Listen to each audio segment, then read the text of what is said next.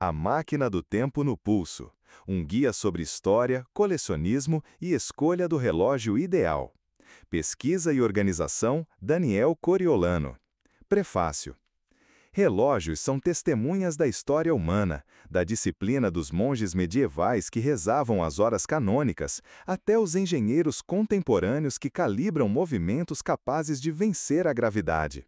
No pulso, eles carregam ponteiros, memórias, identidade e, muitas vezes, sonhos. Este livro nasceu da percepção de que o relógio é, ao mesmo tempo, objeto técnico e cultural e filosófico. Técnica, porque envolve engenhosidade mecânica, design preciso, materiais sofisticados. Cultura, porque espelha sociedades, ritos de passagem, conquistas profissionais e heranças de família. Filosofia, porque nos obriga a encarar o tempo, esse mistério que escorre, que nos escapa, mas que também nos orienta. Nas páginas deste livro, o leitor encontrará história e reflexões sobre escolhas pessoais, sobre a tentação de endividar-se em busca de status, sobre o valor de um relógio herdado que, mesmo simples, guarda afetos impossíveis de comprar. O livro pretende abrir espaço para que cada um encontre no próprio pulso a marca de sua história. Se o relógio é metáfora da vida, que este livro seja mais um convite a viver o tempo com autenticidade. Capítulo 1. O tempo e o relógio como objeto cultural. Imagine por um instante que o tempo não existisse. Que o dia se misturasse à noite, que as estações viessem sem ordem, que não houvesse ontem nem amanhã. Essa experiência mental nos mostra a dimensão do tempo na vida humana. Sem ele, não há memória, não há expectativa, não há história. O tempo é o palco invisível onde a vida acontece, e desde os primeiros povos sentimos a necessidade de medir esse palco, de tentar entender algo que por natureza escapa entre os dedos. Os homens olharam para o céu e viram a cadência das estrelas, o nascer e o pôr do sol, as fases da lua. Foi ali que começou a nossa relação cultural com o tempo. Antes de qualquer tecnologia, já havia rituais, religiões e mitos ligados à passagem dos dias. Contar o tempo era contar a própria vida. O relógio, portanto, nasceu como ferramenta de sobrevivência e de sentido. Sem um mínimo de ordem temporal, não há agricultura, não há navegação, não há sociedade. No início, essa necessidade se materializou em instrumentos simples, sombras projetadas em pedras, buracos que deixavam passar a luz solar em momentos específicos, ampulhetas e clepsidras, ou relógio de água, que transformavam a água em medida do invisível. Essas primeiras tentativas eram técnicas e símbolos. O sol marcava as horas, o ritmo da oração, da colheita, da vida comunitária. O tempo, nesse sentido, sempre foi cultural antes de ser matemático. Com o passar dos séculos, a medição do tempo deixou de ser apenas coletiva e passou a entrar no espaço íntimo. O sino das igrejas medievais servia para avisar da missa e para marcar o ritmo da cidade. O relógio de torre, instalado em praças, era uma forma de centralizar a experiência temporal. Todos viviam sobre o mesmo compasso. Isso criou uma espécie de disciplina invisível, um senso de comunidade ancorado na mesma batida. A regularidade do tempo se transformou em regularidade social. Eis aqui um ponto essencial. O relógio é uma das primeiras tecnologias de medição da natureza e do comportamento humano. A partir do momento em que conseguimos medir as horas com precisão, nossa relação com o trabalho, o descanso e a oração mudou. Não se trata apenas de marcar quanto tempo passou, mas de organizar a vida em torno de algo que antes era apenas percebido vagamente. Na modernidade, o relógio saiu da torre e passou ao bolso e depois ao pulso. Essa transição técnica é simbólica. O tempo deixou de ser uma referência coletiva para se tornar um objeto pessoal. Ter um relógio no bolso significava ter controle sobre a própria vida, sobre os próprios compromissos. Carregar o tempo consigo foi uma revolução silenciosa que transformou o indivíduo em pretenso gestor do seu próprio ritmo. Não é à toa que o relógio se tornou símbolo de status, um marcador de horas que passou a comunicar identidade.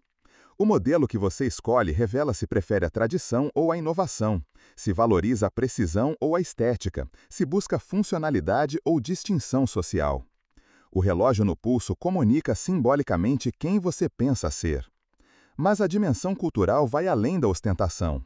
O relógio se tornou objeto de memória. Muitos guardam o relógio do avô, do pai, de um momento especial. É uma herança que carrega o metal e o mecanismo, além de também carregar a lembrança de uma vida, de um gesto, de uma presença. Diferente de outros objetos, o relógio continua funcionando, marcando os segundos mesmo depois da partida de quem o usava. Ele se torna quase uma metáfora palpável da continuidade da vida, daquilo que permanece quando as pessoas se vão para a eternidade. Nesse ponto, entramos numa camada existencial. O relógio, ao mesmo tempo em que nos dá segurança sobre o tempo, também nos lembra da sua finitude. Cada tic-tac é um lembrete de que o tempo corre, de que há um limite. Diferente de outros objetos, ele insiste em marcar a passagem. Não é um livro que podemos fechar, nem uma música que podemos pausar. O relógio não nos deixa esquecer. O tempo avança, queira você ou não. E talvez seja essa a razão pela qual a relojoaria mecânica ainda fascina em plena era digital. Todos temos celulares que marcam a hora com precisão atômica, mas preferimos muitas vezes um mecanismo feito de engrenagens, cordas e rubis, que não é tão preciso quanto um chip eletrônico. Por quê? Porque o relógio mecânico aponta que o tempo abarca um cálculo, um ritmo, uma fragilidade e uma beleza. O celular nos dá o dado frio da hora exata. O relógio mecânico nos dá uma experiência sensível do tempo. Durante a história, o relógio também esteve no coração de debates filosóficos. Para alguns pensadores, o universo inteiro seria como um grande relógio, com leis precisas e movimentos previsíveis. Essa metáfora mecanicista marcou séculos de pensamento ocidental. Mas, ao mesmo tempo, outros filósofos lembraram que, diferente de um relógio, a vida não é previsível, não pode ser reduzida a engrenagens. O relógio, nesse sentido, é ao mesmo tempo símbolo de ordem e provocação sobre os limites da razão. A metáfora do universo como um grande relógio percorre a filosofia moderna. René Descartes via a natureza como uma máquina ordenada. Isaac Newton descreveu um cosmos regido por leis matemáticas previsíveis. Gottfried Wilhelm Leibniz usou a comparação para discutir sua teoria das mônadas. Voltaire popularizou a ideia de Deus como o grande relojoeiro, típica do deísmo iluminista. E Pierre-Simon Laplace levou o mecanicismo ao extremo, imaginando que, se conhecêssemos todas as forças e posições do universo, poderíamos prever o futuro como se fosse o tic-tac de um relógio. A síntese católica, porém, vai além. O universo, como um relógio, manifesta ordem e inteligibilidade, mas não é máquina autônoma. Deus não apenas cria e abandona sua obra, mas a sustenta, guia e destina ao seu fim último. A metáfora do relógio é útil, mas insuficiente. A criação é também história, vida, mistério e dom. Do ponto de vista religioso, o relógio serviu como instrumento de disciplina espiritual. Monges medievais rezavam em horas marcadas, criando uma relação entre tempo humano e tempo divino. O relógio ajudava a alinhar o ritmo da vida com o ritmo da fé. Ao rezar no mesmo horário, dia após dia, o indivíduo se situava não apenas no tempo do mundo, mas no tempo de Deus. Esse vínculo ainda ecoa. Muitos relógios antigos têm símbolos zodiacais, fases da lua, referências ao cosmos. Lembrando que medir o tempo sempre foi também buscar sentido nele. Hoje, quando falamos em relógio como objeto cultural, falamos dessa sobreposição de camadas, técnica, estética, social, existencial e espiritual. É um simples objeto no pulso, mas também é a condensação da história, filosofia e identidade humana.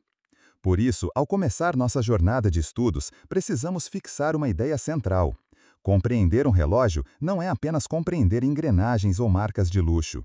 É compreender a tentativa humana de dar forma ao invisível, de domesticar o fluxo implacável do tempo e, ao mesmo tempo, de aceitar que somos passageiros dentro dele. Vamos aprofundar aspectos técnicos, históricos e práticos, mas nunca podemos esquecer. Por trás de cada ponteiro que gira, há uma história de civilização, há uma escolha de identidade e há um lembrete daquilo que mais nos escapa: o tempo. Capítulo 2. Breve história da relojoaria.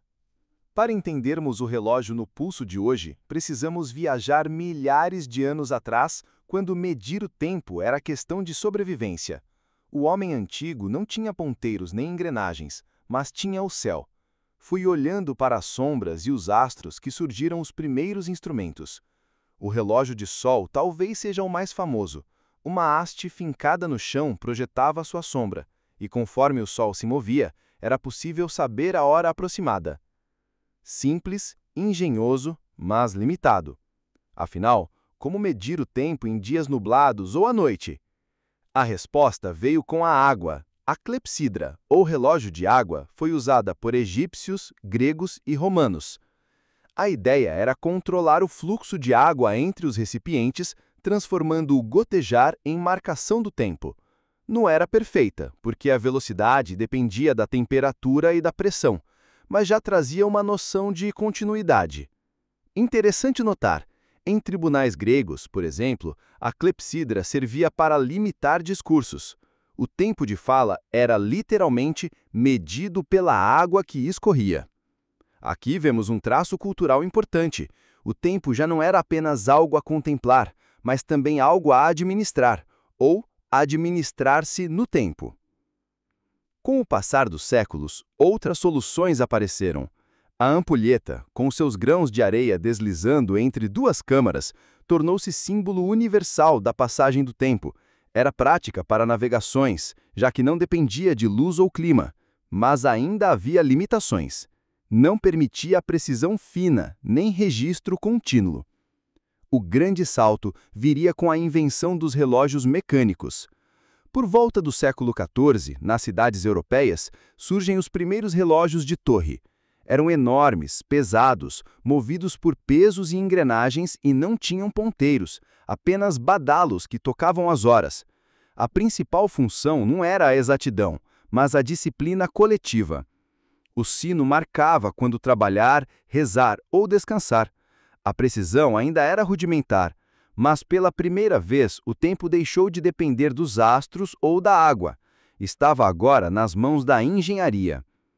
O passo seguinte foi dado pelo desenvolvimento do escape de âncora, mecanismo que regulava a liberação da energia acumulada, permitindo um controle mais regular do movimento dos ponteiros. Essa invenção foi decisiva. Sem o escape, os relógios não passariam de engrenagens descontroladas. Com ele, o tempo passou a ser contado em intervalos estáveis. Estamos falando do início da verdadeira relojoaria. No século XVII, um nome se destaca. Galileu Galilei percebeu a regularidade do movimento de um pêndulo, e a partir daí, o pêndulo foi incorporado a relógios, garantindo precisão nunca antes vista. Pouco depois, Christian Huygens construiu o primeiro relógio de pêndulo funcional. Esses instrumentos eram tão precisos que se tornaram símbolos de prestígio intelectual e social. Nas casas nobres, um relógio de pêndulo não era outra ferramenta, era também status. O problema, porém, surgia no mar. A navegação exigia medir o tempo com precisão para calcular a longitude. Pêndulos não funcionavam em embarcações, já que o balanço compromete a regularidade. Essa foi uma das maiores questões científicas do século XVIII. Como construir um relógio preciso para uso naval? A resposta veio de John Harrison, um relojoeiro autodidata inglês, que desenvolveu cronômetros marítimos capazes de resistir ao movimento e às variações climáticas. Com eles, os navegadores puderam cruzar oceanos com segurança, abrindo o caminho para o comércio global e a expansão colonial.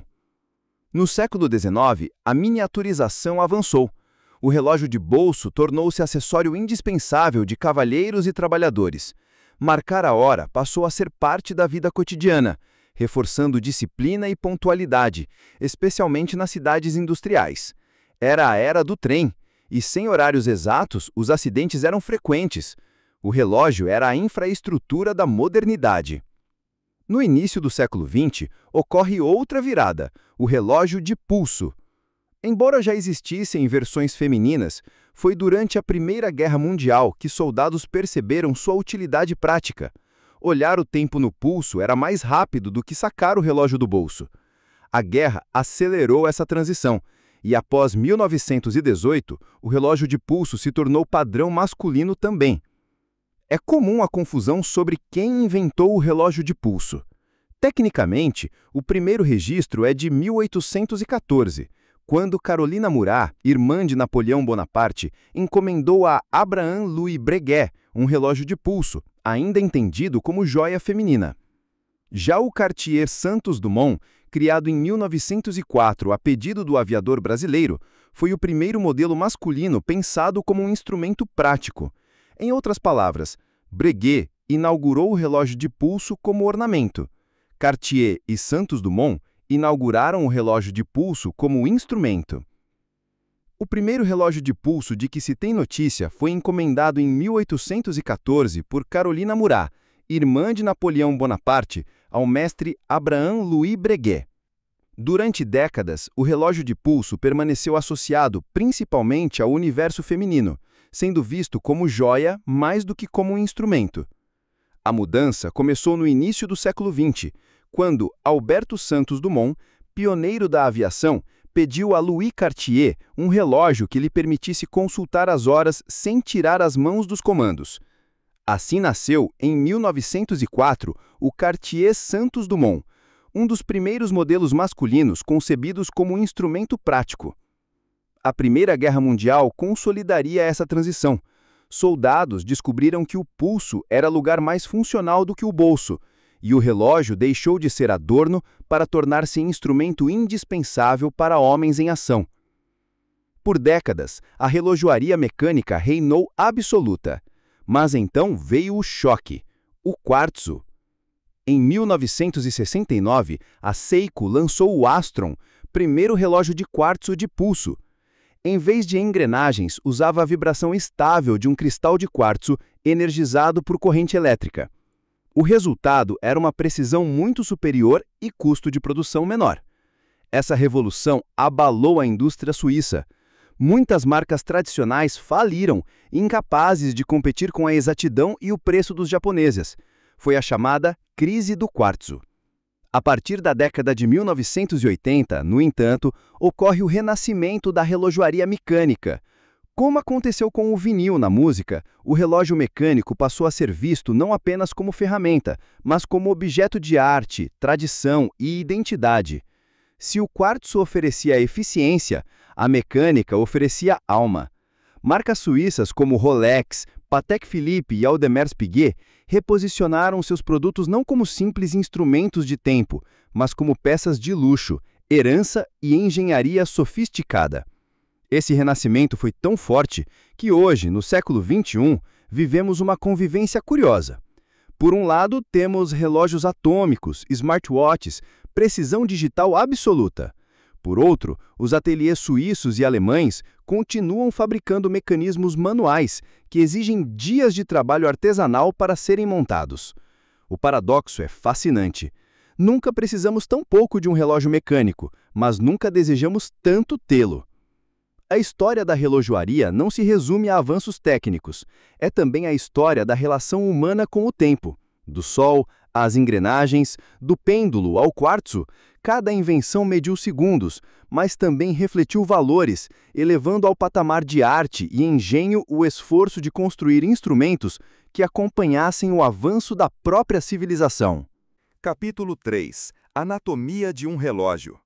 Quando olhamos para um relógio no pulso, a primeira impressão é estética. Gostamos ou não gostamos, combina ou não combina. Mas por trás dessa impressão rápida, existe uma anatomia precisa, cada detalhe pensado para unir função, conforto e identidade. O relógio é uma máquina de medir horas e também um objeto de design, e sua anatomia revela muito da história e da intenção de quem o fabrica. Comecemos pela caixa, o corpo do relógio. Ela é a estrutura que abriga todo o mecanismo interno, protege o movimento e define grande parte da sua personalidade. Pode ser redonda, quadrada, retangular, tonneau, cada formato carrega um estilo. A caixa é também o ponto de contato entre tecnologia e estética. Feita em aço, transmite robustez e praticidade. Em titânio, leveza e modernidade. Em ouro ou platina, luxo e distinção. A espessura da caixa afeta o conforto no pulso e também a percepção. Um relógio ultrafino sugere elegância discreta. Um relógio espesso, com botões e proteções, sugere esportividade e resistência. Na parte frontal, encontramos o vidro, a janela para o tempo. Pode ser acrílico, vidro mineral ou safira. O acrílico é mais simples e barato, risca com facilidade, mas pode ser polido e tem certo charme vintage. O vidro mineral é mais resistente, usado em modelos intermediários. Já a safira sintética é praticamente padrão em relógios de alta qualidade, transparente, duríssima, quase impossível de riscar. O vidro não é neutro, pode ser plano ou abaulado, pode ter tratamento antirreflexo, pode distorcer os ponteiros em ângulos específicos. Ele participa da experiência visual, não apenas da proteção. Dentro da caixa, protegido pelo vidro, está um mostrador, também chamado de dial. É aqui que o tempo se expressa em linguagem visual. Pode ser simples, com apenas índices e ponteiros, ou complexo, com submostradores, calendários e escalas taquimétricas. As cores, as texturas, a tipografia dos números, tudo comunica. Um mostrador preto com índices grandes e luminosos fala de legibilidade e função. Um mostrador esmaltado branco com algarismos romanos fala de tradição e refinamento. Muitas vezes, o mostrador é a parte que conquista o olhar e decide a compra. Os ponteiros são os intérpretes do tempo. Eles traduzem o movimento interno em informação visível. Cada estilo de ponteiros tem sua própria linguagem. Dauphine, afiados e elegantes, Mercedes, icônicos da Rolex, Sword, robustos e militares, Surinde, delicados e técnicos. A espessura, o comprimento e até a aplicação de material luminescente influenciam a legibilidade. Um ponteiro mal proporcionado compromete a harmonia do relógio. Já um conjunto bem desenhado transforma o simples ato de olhar as horas em uma experiência prazerosa. Na lateral da caixa está a coroa, pequena mas crucial. É a interface entre o usuário e o mecanismo. Pela coroa damos corda, ajustamos a hora, a data e, em muitos casos, ativamos funções adicionais. Em relógios automáticos, a coroa serve também para o ajuste manual. Algumas coroas são protegidas por ombreiras para resistir a impactos, especialmente em relógios de mergulho diver. Outras trazem logotipos gravados, reforçando a identidade da marca. A sensação tátil de girar a coroa é parte da experiência. Um clique firme transmite confiança, uma coroa frouxa transmite descuido. A pulseira ou bracelete é, em certo sentido, a alma prática do relógio, pois define como ele se conecta ao corpo. Pulseiras de metal, em aço, titânio ou ouro, dão robustez e peso, muitas vezes integrando-se à caixa como continuidade do design. Pulseiras de couro oferecem elegância clássica e conforto, mas exigem cuidado. Pulseiras de borracha ou tecido, como as NATO Straps, oferecem leveza e praticidade esportiva. Mais do que segurar o relógio, a pulseira comunica estilo. Trocar uma pulseira pode transformar completamente a percepção de um mesmo modelo. Além desses elementos principais, há detalhes que merecem atenção. O fundo da caixa, por exemplo, pode ser fechado, gravado com símbolos ou aberto em vidro safira, permitindo observar o movimento em funcionamento. Essa escolha não é apenas estética, é também uma declaração da marca. Mostrar o mecanismo é exibir orgulho da engenharia, ocultá-lo pode ser preferência pela sobriedade. Outro detalhe é a luneta, o aro que circunda o vidro. Em relógios de mergulho, é rotativa, permitindo medir tempo submerso. Em cronógrafos, pode trazer escalas taquimétricas para cálculo de velocidade. Em modelos de luxo, pode ser mero enfeite, cravejado de pedras. A luneta, em muitos casos, é o que dá a cara de um relógio. Cada parte da anatomia dialoga. A proporção entre caixa, mostrador e ponteiros define a harmonia visual. O material do vidro conversa com o estilo do mostrador. A pulseira precisa equilibrar a presença da caixa. Tudo se relaciona em um jogo de medidas, texturas e intenções. Um relógio bem desenhado é aquele em que nada parece fora do lugar, em que cada elemento cumpre sua função e, ao mesmo tempo, reforça a identidade do conjunto. É por isso que, quando alguém olha para um relógio e diz "esse modelo é bonito", essa beleza não é aleatória, é resultado de séculos de refinamento, de escolhas de design que foram testadas e aprovadas pela tradição. O que hoje parece natural, uma caixa redonda com 2 ponteiros centrais, é fruto de uma longa evolução cultural e técnica. Pensar na anatomia de um relógio é, portanto, pensar na relação entre engenharia e estética, entre necessidade e desejo. Cada detalhe serve para proteger, informar, mas também emocionar. Não é exagero dizer que o design de um relógio é uma das mais equilibradas combinações entre arte e ciência. E essa anatomia que hoje descrevemos será o ponto de partida para mergulharmos no próximo capítulo, os movimentos internos. Porque tudo o que vemos do lado de fora, caixa, mostrador, ponteiros, só existe porque dentro há uma máquina viva, um coração mecânico ou eletrônico que faz o tempo andar, voar ou parar. Capítulo 4. Movimentos e mecânicas internas. Se a anatomia externa de um relógio é como o rosto de uma pessoa, o movimento interno é o coração. É ali, escondido atrás da caixa, que o tempo realmente acontece. O movimento, também chamado de calibre, é o mecanismo que dá vida ao relógio. Sem ele, não há ponteiros que se movam, não há calendário que avance, não há tic-tac que nos lembra da passagem das horas. Existem três grandes famílias de movimentos: mecânico manual, mecânico automático e quartzo. Vamos percorrer cada um deles para entender como funcionam, quais são suas virtudes e limitações e por que até hoje convivem no mesmo mundo. Comecemos pelo mecânico manual, a forma mais tradicional. Imagine uma corda enrolada dentro de um tambor metálico. Essa é a mola principal, chamada de mainspring. Quando você gira a coroa e dá corda no relógio, está comprimindo essa mola, armazenando energia. À medida que a mola se desenrola lentamente, libera energia que passa por uma série de engrenagens. Mas se fosse só isso, os ponteiros girariam descontrolados, consumindo a energia de uma vez. É aqui que entra o escape. O escape funciona como um freio regulador. Ele libera a energia da mola em pequenas doses, sempre iguais, criando intervalos regulares.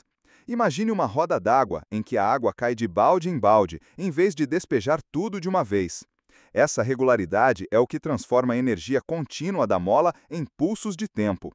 Ligado ao escape está o balanço, uma pequena roda oscilante que vibra de um lado para o outro, como um pêndulo em miniatura. Cada oscilação do balanço corresponde a uma fração de segundo. Quanto mais estável a oscilação, mais preciso o relógio. Essa combinação, mola principal, engrenagens, escape e balanço, é o coração do movimento mecânico. É dela que vem o famoso tic-tac. Agora, para que tudo isso funcione com durabilidade, são usados rubis artificiais. Não estamos falando de pedras preciosas no sentido ornamental, mas de minúsculos cristais sintéticos colocados como mancais de atrito. Eles reduzem o desgaste das engrenagens e do escape, prolongando a vida útil do mecanismo. É por isso que vemos nas especificações 17 rubis, 21 rubis. São pontos de apoio que garantem suavidade e resistência ao movimento. O movimento mecânico manual exige disciplina. Você precisa dar corda periodicamente, geralmente uma vez por dia. Essa interação cria um vínculo quase ritual entre o usuário e o relógio. Cada giro da coroa pode ser interpretado, poeticamente, como uma lembrança de que o tempo precisa ser cuidado para continuar andando.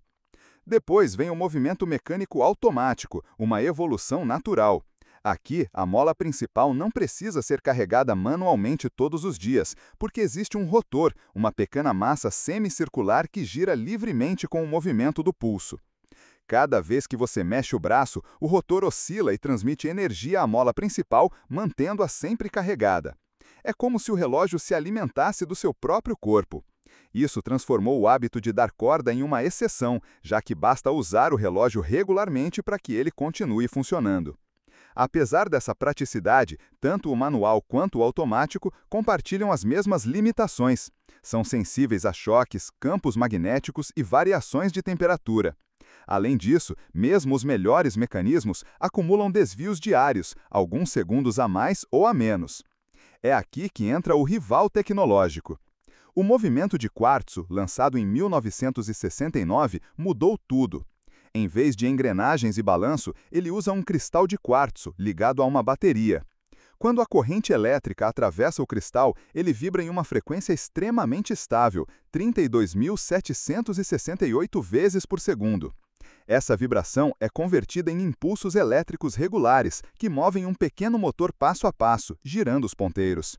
O resultado é uma precisão impressionante. O desvio pode ser de poucos segundos por mês, contra vários segundos por dia em um mecânico. Além disso, os relógios de quartzo são mais baratos de produzir, exigem menos manutenção e são mais resistentes a choques. No entanto, o quartzo não produz o mesmo fascínio. É eficiente, mas frio.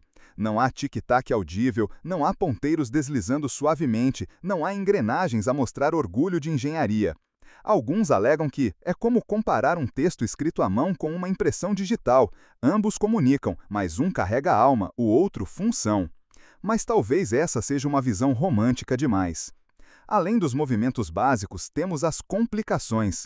Em relojoaria, complicação não significa problema, mas qualquer função adicional além da indicação simples das horas. O calendário é uma complicação, o cronógrafo, que mede intervalos, também, as fases da Lua, o GMT, o calendário perpétuo e até o famoso turbilhão, todos são complicações. Elas adicionam complexidade ao movimento e muitas vezes são vistas como demonstrações de virtuosismo técnico. O turbilhão, por exemplo, é um mecanismo inventado no século XIX para compensar os efeitos da gravidade sobre o balanço, colocando-o em rotação dentro de uma gaiola. Hoje, com a tecnologia moderna, seu efeito prático é pequeno, mas continua sendo o símbolo máximo de maestria relojoeira. Ele mostra o quanto a relojoaria é também arte, não apenas ciência. Vale destacar que, mesmo dentro de cada família, existem variações. No quartzo, há modelos solares, que recarregam a bateria com luz, e modelos radiocontrolados, que sincronizam com sinais de relógios atômicos. Nos mecânicos, há calibres manufaturados por marcas históricas e outros produzidos em massa por empresas especializadas. O movimento é sempre a assinatura invisível de um relógio, determinando seu funcionamento e sua identidade.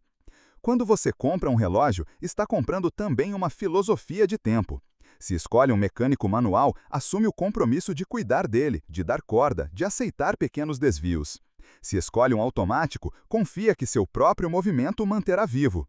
Se escolhe um quartzo, privilegia a exatidão e a praticidade. Nenhum é melhor em sentido absoluto, cada um responde a uma visão distinta da relação entre homem e tempo. E quem sabe, no fundo, os movimentos e mecânicas internas revelam algo sobre nós mesmos. Gostamos de precisão, mas também gostamos de beleza. Queremos que o relógio seja confiável, mas também queremos que seja humano. O tic-tac do mecânico é como um coração batendo. A vibração do quartzo é como um metrônomo perfeito. Um nos lembra da imperfeição viva da existência, o outro da precisão funcional da máquina. E assim, ao abrir a tampa de um relógio, encontramos engrenagens, molas, cristais, bem como uma declaração de filosofia. Medir o tempo nunca foi só questão de técnica, sempre foi também sobre o homem em busca de sentido. Citação ao livro Em Busca de Sentido, de Viktor E. Frankl. Na obra, o psiquiatra austríaco afirma que a vida humana não se satisfaz apenas com técnicas de sobrevivência, mas encontra sua plenitude na descoberta de um propósito. Quer que eu avance para o capítulo 5, Complicações e Arte Mecânica, onde descrevemos em profundidade cronógrafo, calendário perpétuo, fases da Lua, turbilhão e outros encantos que tornam um relógio mais do que apenas um marcador de horas? Capítulo 5. Complicações e arte mecânica. Quando pensamos em um relógio, a imagem mais simples que nos vem à mente é a de dois ponteiros marcando horas e minutos, talvez um terceiro para os segundos. Mas a relojoaria nunca se contentou apenas com o básico. Ao longo dos séculos, mestres relojoeiros buscaram acrescentar novas funções, novos encantos, novas camadas de complexidade ao mecanismo. Essas funções adicionais são chamadas de complicações. Em relojoaria, complicação significa tudo aquilo que vai além de indicar horas, minutos e segundos. E por que isso importa? Porque cada complicação é um desafio técnico, um campo de batalha entre engenheiros e artistas, um espaço onde a função se mistura com a beleza. Comecemos pelo cronógrafo. É, talvez, a complicação mais popular e prática. Um cronógrafo é um relógio que, além de mostrar a hora, também mede intervalos de tempo. Funciona como um cronômetro integrado. Você aciona um botão, o ponteiro central inicia a contagem. Outro botão pausa, um terceiro zera. Parece simples, mas integrar essa função ao movimento exige engrenagens extras, embreagens e mecanismos de acoplamento. Existem cronógrafos de roda de colunas, famosos pela suavidade ao acionar, e de came, mais econômicos e robustos. O cronógrafo foi fundamental em áreas como aviação, automobilismo e esportes. No pulso, transmite uma aura de dinamismo, de ação, de utilidade. Não é à toa que muitos modelos icônicos, como o Omega Speedmaster, que foi à Lua, são cronógrafos. Outra complicação fascinante é o calendário perpétuo. Enquanto um calendário simples muda a data todos os dias e exige correção manual em meses com menos de 31 dias, o perpétuo é um gênio mecânico. Reconhece automaticamente meses de 30 ou 31 dias e até ajusta fevereiro em anos bissextos. Em teoria, pode funcionar por séculos sem intervenção, desde que o relógio nunca pare. Pense no desafio: criar engrenagens que saibam, mecanicamente, que fevereiro tem 28 ou 29 dias, sem qualquer chip eletrônico. É como ensinar a uma máquina feita de rodas dentadas a ler o calendário da humanidade. A complicação GMT nasceu com a aviação internacional. GMT significa Greenwich Mean Time, referência do meridiano zero. Um relógio com GMT possui um ponteiro extra que dá uma segunda indicação de horário, geralmente em formato de 24 horas. Isso permite acompanhar 2 fusos simultaneamente, o do local onde você está e o da sua base, ou de alguém importante para você. Para pilotos, viajantes e executivos globais, o GMT virou símbolo de modernidade e conexão. Modelos como o Rolex GMT Master ficaram eternizados na história da aviação comercial. Outro exemplo poético é a complicação das fases da Lua. Veja o exemplo do Oriente Relógio Star Open Heart Moon Phase Automatic Grey Dial Sapphire Glass abaixo. Ela mostra no mostrador a posição da Lua no céu, cheia, crescente, minguante, nova. Originalmente servia para agricultores, navegadores e astrônomos. Hoje é um deleite visual. Um disco girando lentamente, exibindo a Lua e suas fases, conecta o relógio de pulso ao cosmos. É quase inútil do ponto de vista prático no mundo digital, mas essencial do ponto de vista simbólico. É uma complicação que nos lembra que o tempo humano sempre esteve ligado aos ciclos celestes. E chegamos ao mito da relojoaria, o turbilhão. Inventado por Abraham Louis Breguet no final do século XVIII, o turbilhão foi uma tentativa para combater o maior inimigo da precisão, a gravidade. Nos relógios de bolso, o balanço ficava sempre na mesma posição quando o relógio estava no bolso do colete. Isso causava desvios. O turbilhão resolveu esse problema, colocando o balanço e o escape dentro de uma gaiola giratória, que rotaciona uma vez por minuto, distribuindo os efeitos da gravidade em todas as direções. Hoje, com técnicas modernas, o ganho prático é pequeno, mas o turbilhão continua sendo símbolo de excelência, virtuosismo de status. É uma complicação que diz: este relógio é arte pura, criado por mãos capazes de domar o impossível.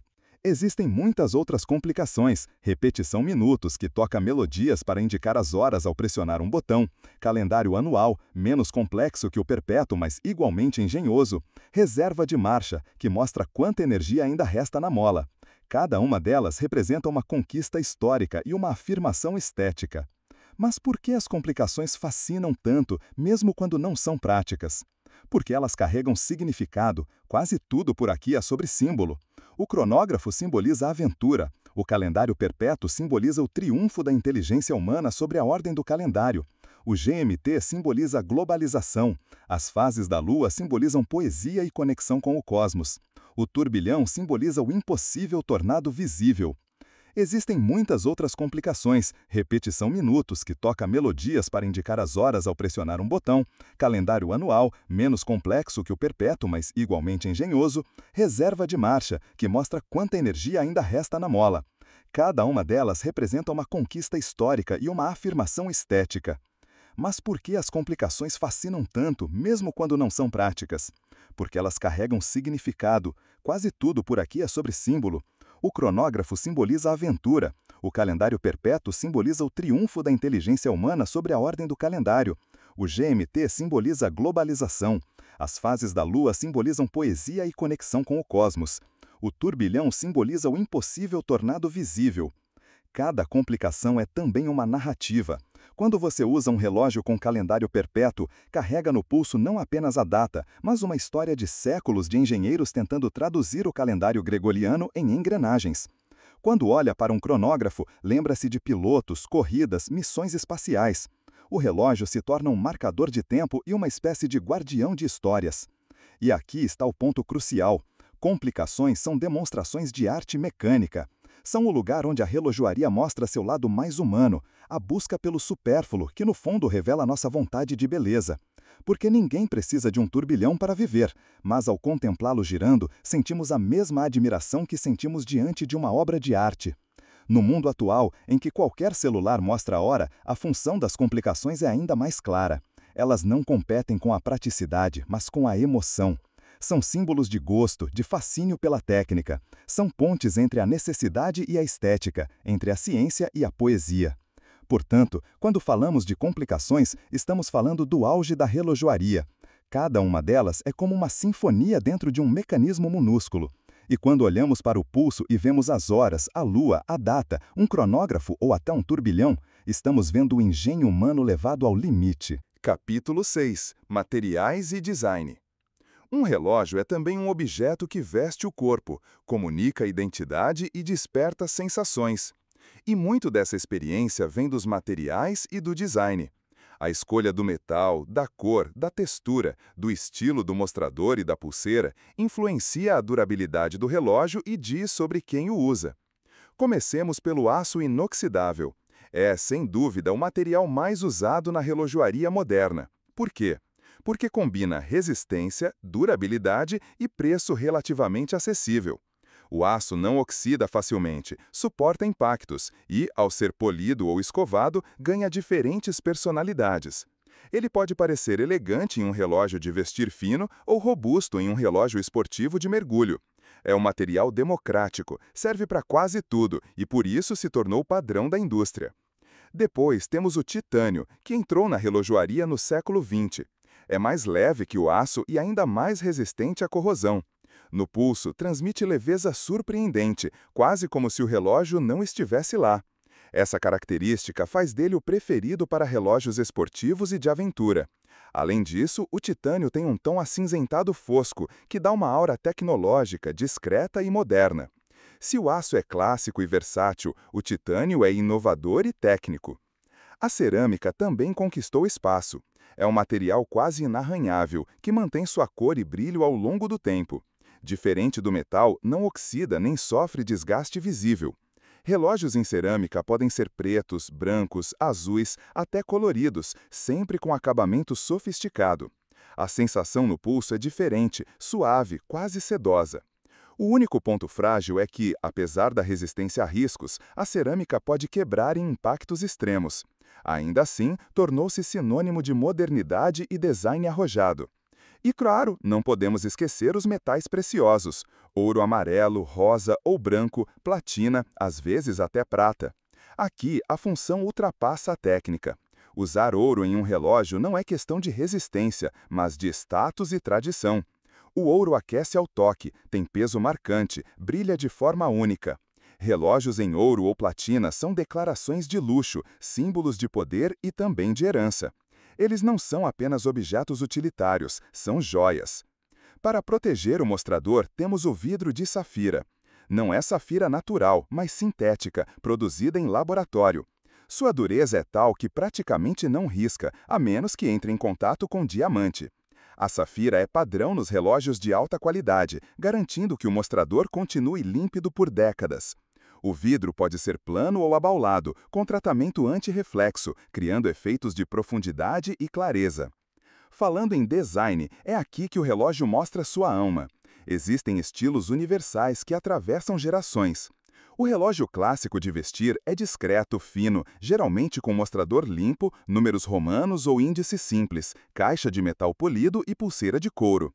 É o companheiro natural de trajes formais, criado para passar quase despercebido, mas com elegância refinada. O oposto é o relógio esportivo, robusto, com caixas maiores, ponteiros luminosos, pulseiras de aço ou borracha. São os mergulhadores, os cronógrafos, os relógios de aviação. Nascidos da necessidade prática, mas hoje usados também como afirmação de estilo. O relógio esportivo comunica dinamismo, força e energia. Há ainda os tool watches, ou relógios instrumento. Estes são os mais funcionais, criados para tarefas específicas: mergulho profundo, exploração, uso militar, aviação de combate. Tem bezéis rotativos, índices enormes, resistência a choques e pressão. Sua estética é consequência direta da função, o que os torna atraentes justamente por parecerem honestos, não escondem o propósito, exibem-o com orgulho. Na direção oposta, temos os minimalistas, que reduzem o design à essência. Mostradores limpos, quase sem marcações, caixas finas, cores neutras. Representam uma filosofia estética: menos é mais. São relógios que comunicam sobriedade, modernidade, desapego ao supérfluo. Mas o ponto central é este: materiais e design dialogam com identidade. Um mesmo movimento pode estar dentro de caixas completamente diferentes, e isso muda a mensagem. Usar um relógio de aço com mostrador preto é diferente de usar um de ouro com mostrador branco esmaltado. Ambos mostram as horas, mas cada um diz ao mundo algo distinto sobre quem o carrega. Por isso, escolher um relógio nunca é apenas questão técnica. É uma declaração de gosto, de estilo de vida, de posição cultural. Alguns preferem a sobriedade eterna do aço, outros a ousadia da cerâmica, outros ainda o peso simbólico do ouro. O design traduz o modo como queremos ser lembrados enquanto o tempo passa. Nos materiais, buscamos durabilidade ou distinção. No design, buscamos simplicidade ou exuberância. E o objeto no pulso acaba revelando de forma discreta ou não como vemos a nós mesmos diante do tempo. Capítulo 7. Tipos de relógio e seus usos. Assim como os seres humanos criaram diferentes ferramentas para cada ofício, a relojoaria desenvolveu diferentes tipos de relógio para responder a necessidades específicas. Cada categoria nasceu de um contexto histórico e prático, e ao longo do tempo transformou-se também em estilo e identidade. Comecemos pelo relógio de mergulho.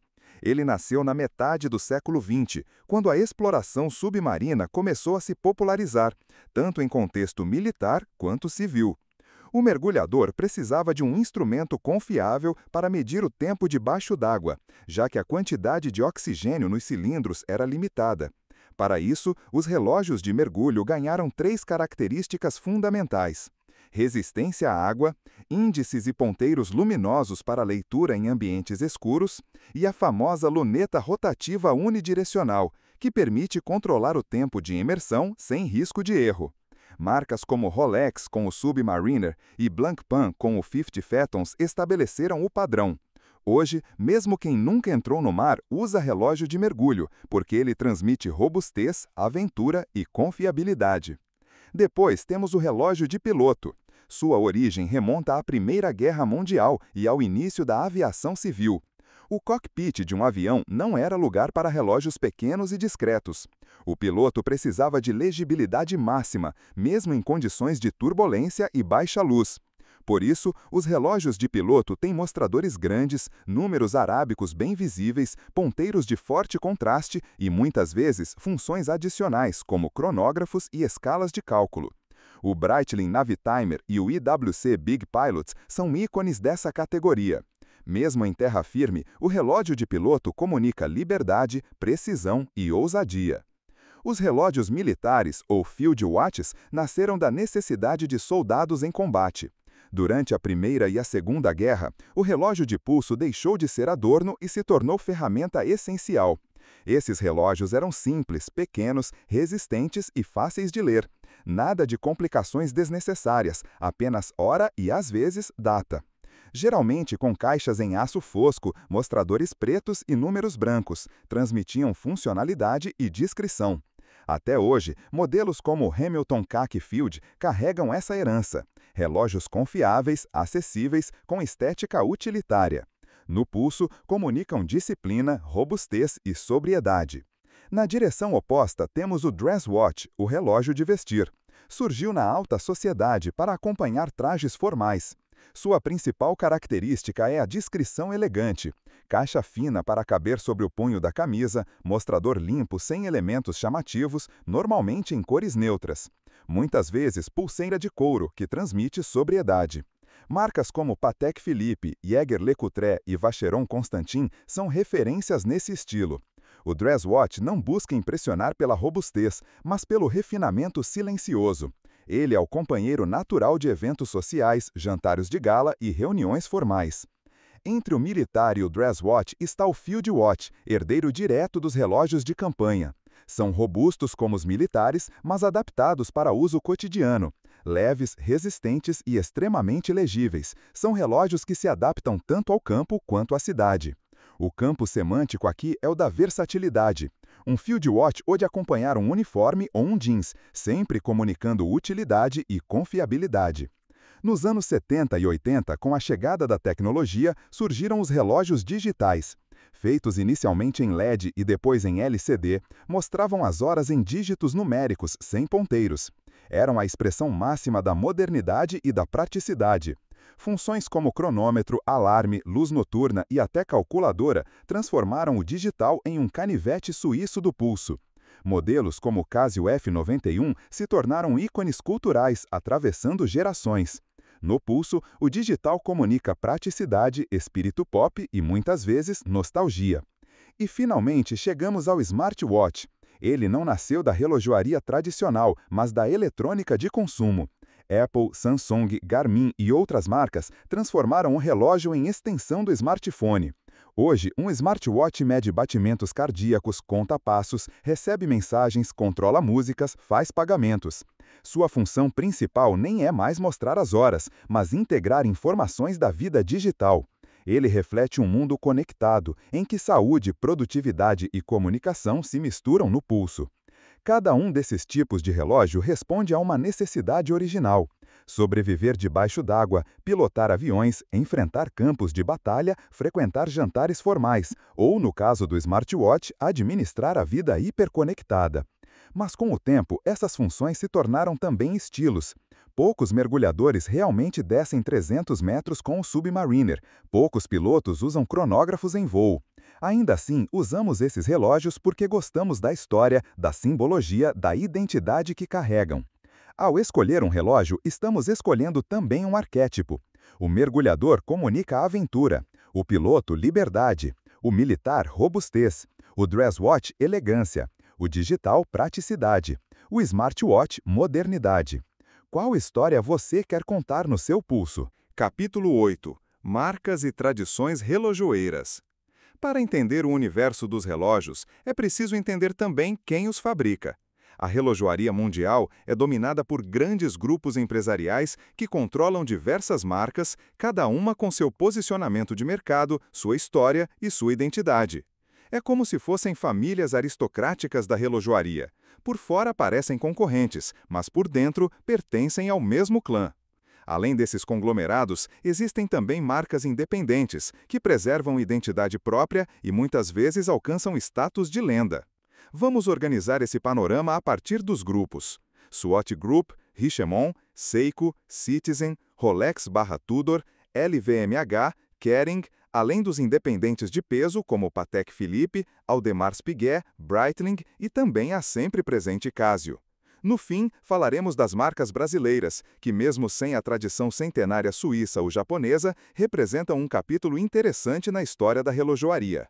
1. Swatch Group, o império da diversidade.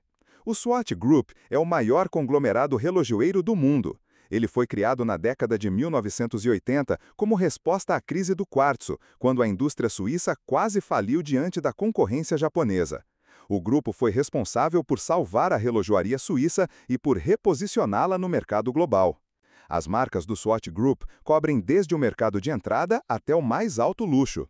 Swatch, a marca que deu nome ao grupo. Relógios de plástico colorido, acessíveis, divertidos, lançados nos anos 80 para reconquistar o público jovem, transformaram o relógio em moda. Tissot, tradição suíça acessível, relógios com ótimo custo-benefício, variedade de estilos, pioneira em inovações como o T-Touch. Hamilton, originária do EUA, hoje suíça, famosa por seu vínculo com o cinema e por modelos militares e de aviação. Longines, elegância tradicional, conhecida pelos relógios clássicos, patrocínios esportivos e cronógrafos históricos. Ômega, uma das joias do grupo. Foi à Lua com o Speedmaster, mede as Olimpíadas, mergulha com James Bond, é símbolo de excelência técnica e marketing. Blancpain, tradição artesanal, famosa pelo 50 Fathoms, o primeiro relógio de mergulho moderno, e pelos calendários perpétuos. Breguet, marca histórica fundada em 1775 por Abraham Louis Breguet, um dos maiores gênios da relojoaria. Criador do turbilhão, inventor de inovações técnicas e estéticas que ainda hoje marcam a relojoaria.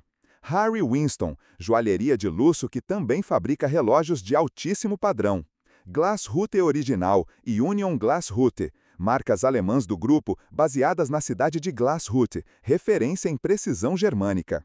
Rado, conhecida pelo uso de materiais inovadores como cerâmica de alta tecnologia. Mido e Certina, intermediárias com boa relação custo-benefício. Flic Flac, linha infantil da Swatch. Etá, Não é uma marca visível ao consumidor, mas é o coração do grupo. A ETA fabrica movimentos para várias dessas marcas e para muitas outras fora do grupo. O SWAT Group funciona como um guarda-chuva. Quem compra um SWAT, um Tissot ou um Ômega está, na prática, comprando no mesmo império. A diferença está no posicionamento de cada marca. 2. Richemont, o luxo como filosofia. O Richemont Group é um conglomerado suíço focado no luxo em relógios e em joalheria. Sua ênfase é no prestígio e no refinamento. Principais marcas relojoeiras do grupo. Cartier, joalheria francesa, que também é uma das maiores fabricantes de relógios do mundo. Modelos como o Tank e o Santos são ícones do design. Vacheron Constantin, fundada em 1755, é a mais antiga manufatura em operação contínua. Relógios de altíssimo nível, rivais diretos de Patek Philippe e Audemars Piguet. Jaeger-LeCoultre, a manufatura das manufaturas, famosa pelo reverso e pela capacidade técnica. IWC Schaffhausen, conhecida por seus relógios de piloto, design robusto e espírito germânico. A Lang & Söhne, marca alemã de Glashütte, renascida após a queda do Muro de Berlim, é sinônimo de perfeição artesanal germânica. Panerai, marca italiana, famosa por relógios grandes, usados originalmente por mergulhadores da Marinha Italiana. Piaget, especializada em relógios ultrafinos e joias. Baume & Mercier, marca intermediária mais acessível dentro do grupo. Roger Dubuis, relojoaria contemporânea, ousada, extravagante e forte. O Richemont combina a tradição secular, Vacheron, Lange, com ousadia moderna, Roger Dubuis, sempre dentro do território do luxo. 3. Seiko Group, a revolução japonesa. O Seiko Group é sinônimo de inovação japonesa. Foi a Seiko que lançou em 1969 o primeiro relógio de quartzo, mudando a história. Dentro do grupo, temos divisões claras. Seiko, a marca principal, que vai do acessível ao sofisticado. Oriente, marca irmão, tradicional no Japão, com relógios acessíveis e mecânicos robustos. Gran Seiko, braço de alta relojoaria, rivaliza em qualidade com suíços de prestígio, famosa pelo acabamento impecável e pela filosofia Nature of Time. Credor, o ápice do luxo japonês, com modelos artesanais, muitas vezes equipados com complicações de altíssimo nível. O Seiko Group é respeitado não só por sua história, mas por sua filosofia de unir tecnologia e artesanato. 4. Citizen Group, precisão e expansão global. Outro gigante japonês, o Citizen Group, também vai muito além da marca principal. Ele é conhecido pelo Eco Drive, tecnologia que usa luz solar para recarregar a bateria. Suas marcas incluem Citizen, a linha principal, que combina tecnologia, inovação e acessibilidade.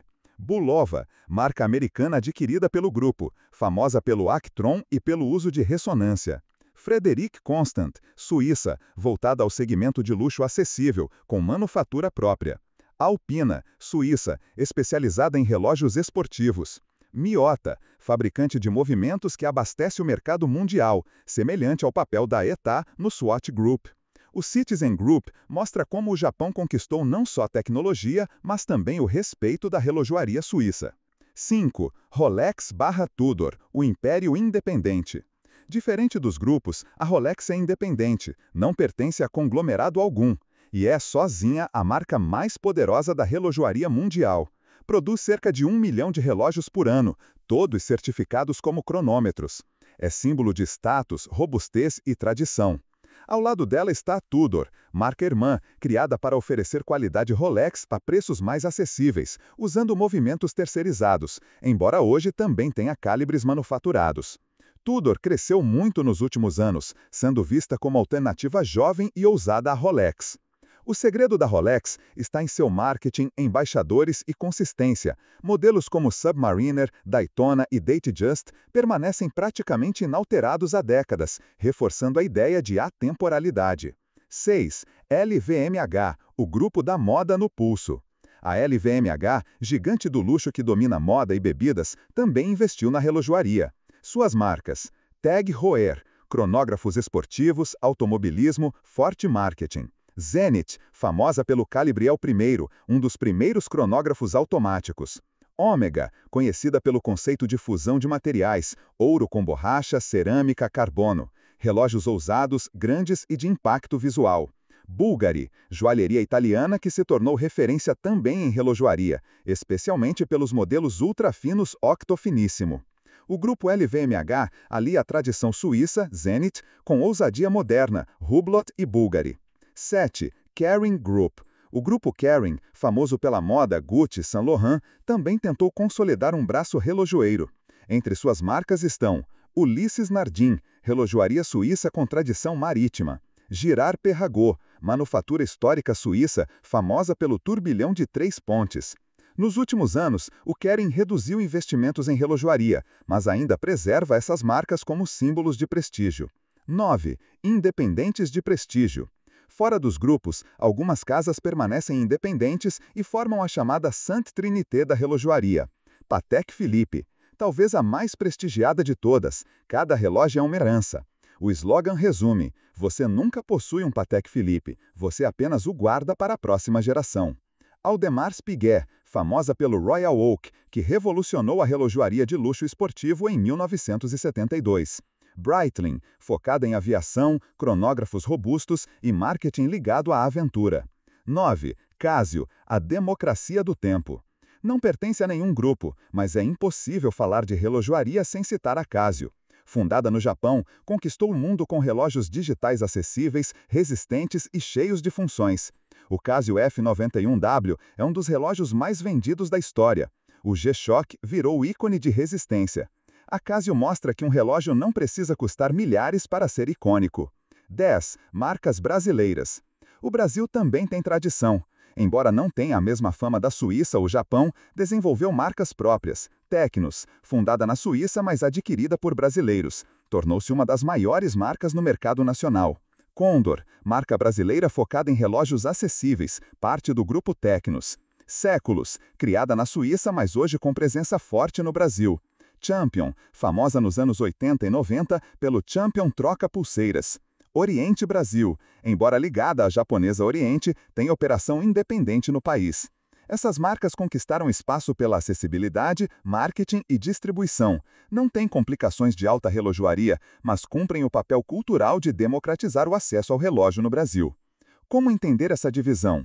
Pense assim: conglomerados, Swatch, Richemont, LVMH, etc., controlam várias... Capítulo 9.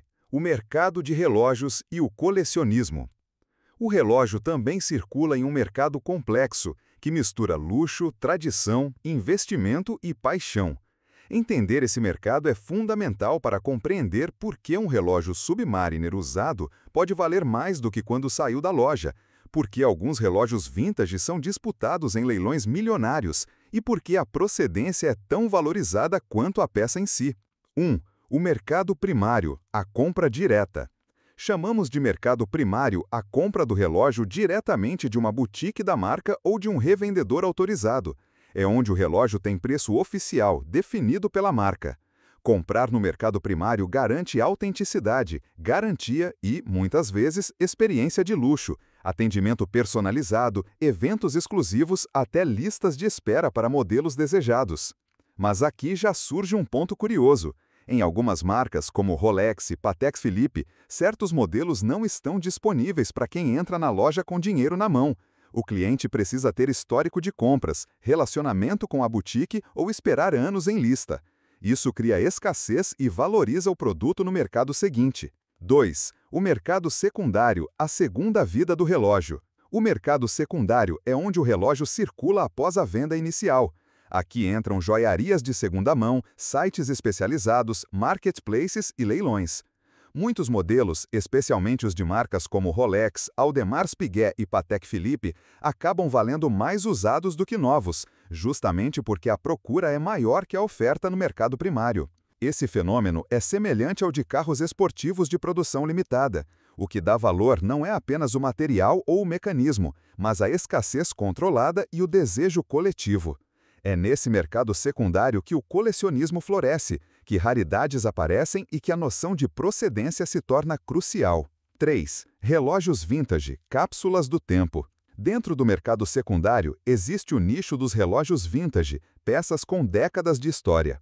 Um Omega Speedmaster dos anos 60, por exemplo, não é apenas um relógio, É uma conexão com a corrida espacial. Um Rolex Submariner dos anos 70 carrega marcas de uso que contam histórias. O charme do vintage está justamente nas imperfeições, a pátina nos índices, o desgaste natural do mostrador, pequenas variações de design que já não existem. Cada detalhe pode transformar um relógio comum em peça rara e valiosa. No entanto, colecionar vintage exige conhecimento. Há riscos de peças trocadas, mostradores repintados ou até falsificações montadas com partes originais. O fascínio do vintage vem junto com a necessidade de estudar. 4. Leilões, o palco do prestígio. Os leilões de relógios são um espetáculo à parte. Casas como Christie's, Sotheby's e Phillips realizam eventos que reúnem colecionadores do mundo inteiro. É nesses leilões que surgem recordes. Um Rolex Daytona que pertenceu a Paul Newman foi vendido por mais de 17 milhões de dólares. Os leilões não são apenas comércio, são palcos de consagração. Um modelo que aparece num catálogo de leilão ganha legitimidade e status. Para o colecionador, comprar em leilão é também adquirir um pedaço da história. 5. Microbrands, a nova onda independente. Nos últimos anos, surgiu um fenômeno interessante, as microbrands. São pequenas marcas independentes, muitas vezes lançadas por crowdfunding, que oferecem design autoral, movimentos confiáveis, geralmente Miyota, Seiko ou Celita, e preços justos. Exemplos incluem marcas como Halios, Zelus, Baltic e Christopher Ward.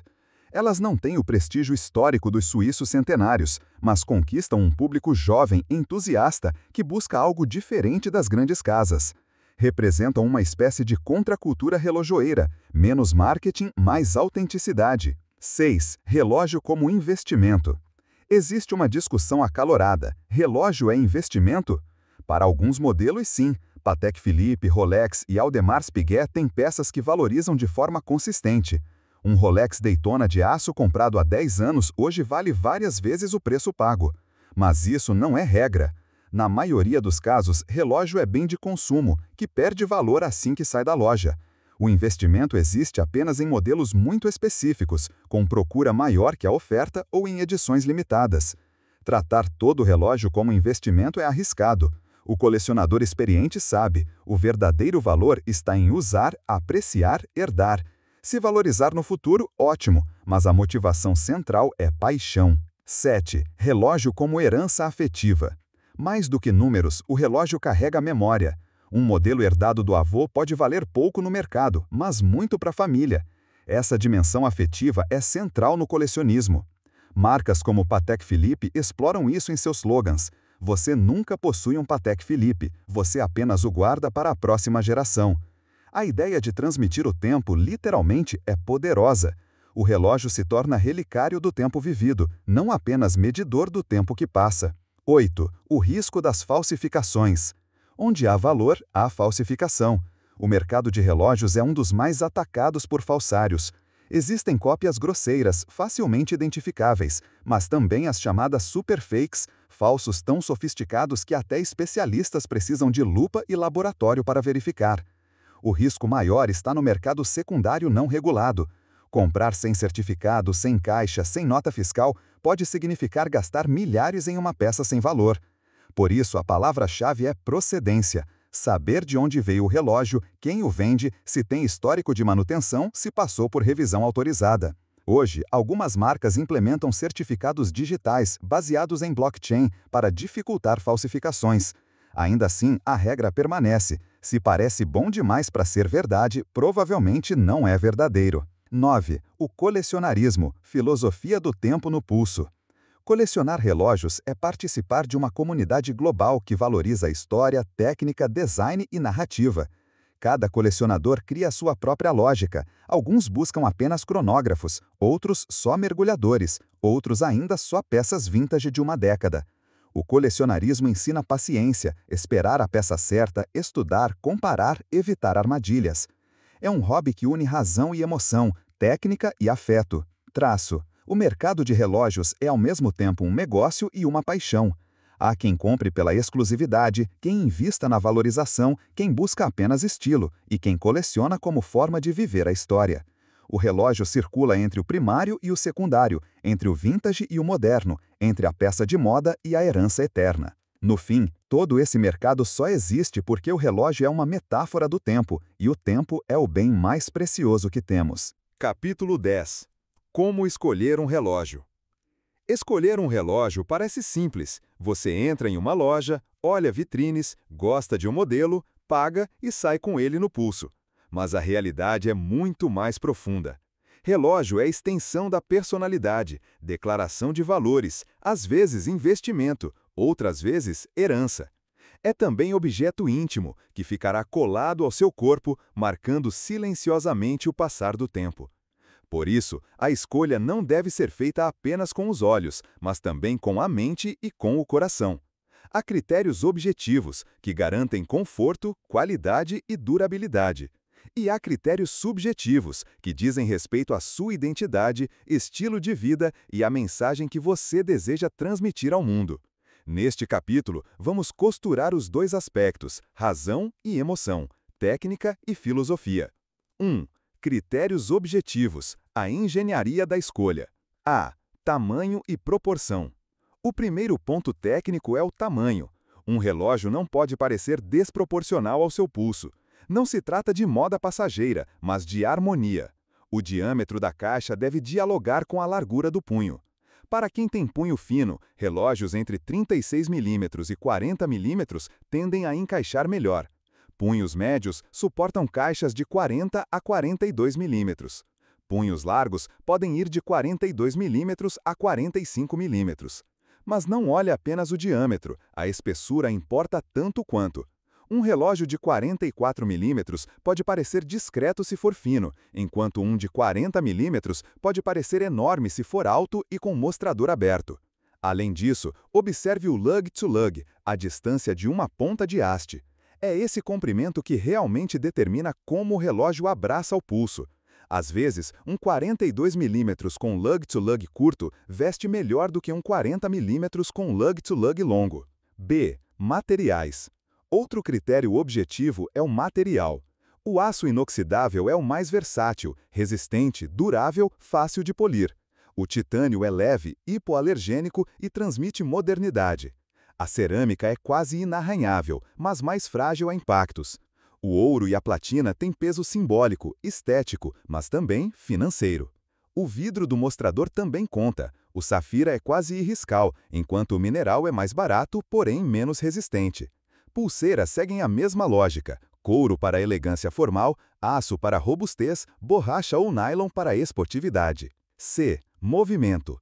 O coração do relógio deve ser considerado. Quartzo, prático, barato, preciso, quase não exige manutenção. Mecânico manual, exige interação, disciplina para dar corda, mas cria ritual e vínculo. Automático, usa o movimento do braço para se manter vivo, equilibrando tradição e praticidade. O movimento determina a experiência de uso e também a longevidade e o prestígio da peça.